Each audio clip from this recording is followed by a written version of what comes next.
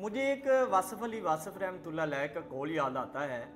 वो फरमाते हैं कि खुश नसीब वो है जो नसीब से खुश है।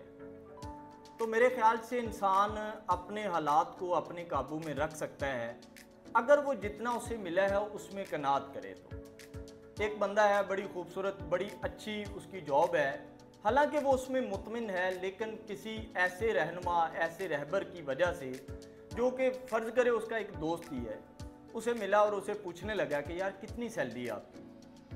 वो उसे आगे से बताता है कि मेरी सैलरी 20,000 है। वो उसे आगे से अपना ऐसा मुंह बना के कहता है अच्छा 20,000 रुपये।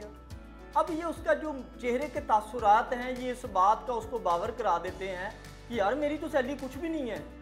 हालांकि अगर वो उसी बात को ऐसे कह देता कि अच्छा यार माशाल्लाह 20,000 रुपया, तो 20,000 उसका इस अंदाज से कहने से उसने ये सोचना था यार माशाल्लाह मेरे पास तो इतने पैसे होते हैं। इस गाइड की वजह से, उसका एक मतलब चेहरे के तासरात की वजह से, वो जो बंदा है दूसरे दिन जाके बिला किसी वजह के वो उससे उलझ जाएगा, अपने मालिक के साथ किसी किस्म का कोई वो ऐसी उसके साथ बात कर देगा, वो उसको जो 20,000 आ रहा वो भी चला जाएगा।